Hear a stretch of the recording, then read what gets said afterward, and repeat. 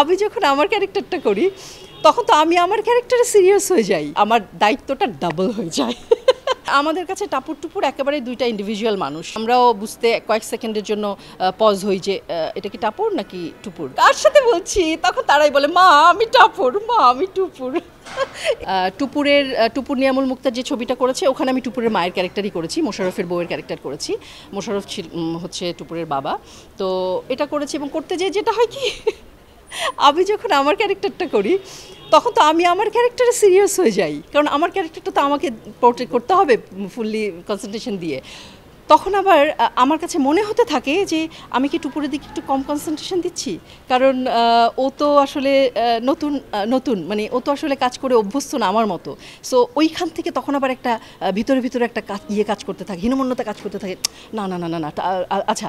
আমি তখন আবার আমার ক্যারেক্টারটা শর্টটা দিয়ে হয়তো আমি জিজ্ঞেস করি, মা তুমি কি তোমার ক্যারেক্টারটা বুঝতে পেরেছো, ঠিকমতো করতে পেরেছো, মানে তখন হয় কি আমার দায়িত্বটা ডাবল হয়ে যায়।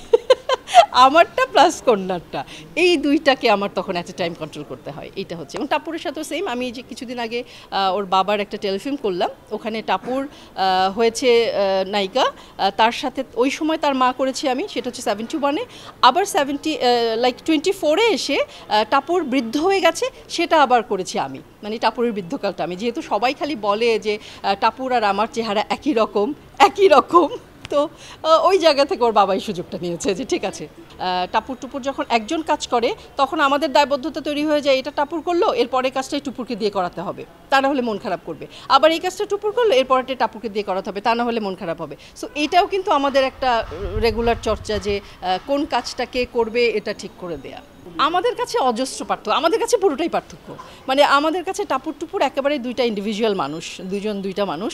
বাট তারপরেও ওরা যখন ঘুমায়, ওরা যখন ওদের রিয়াকশনস অফ হয়ে যায় তখন কিন্তু অনেক সময় আমরাও ফেল করি, মানে আমরাও বুঝতে কয়েক সেকেন্ডের জন্য পজ হই যে এটা কি টাপুর নাকি টুপুর, পরে আবার ফ্রন্টলি দেখে মনে হয় যে ও আচ্ছা হ্যাঁ এটা টাপুর।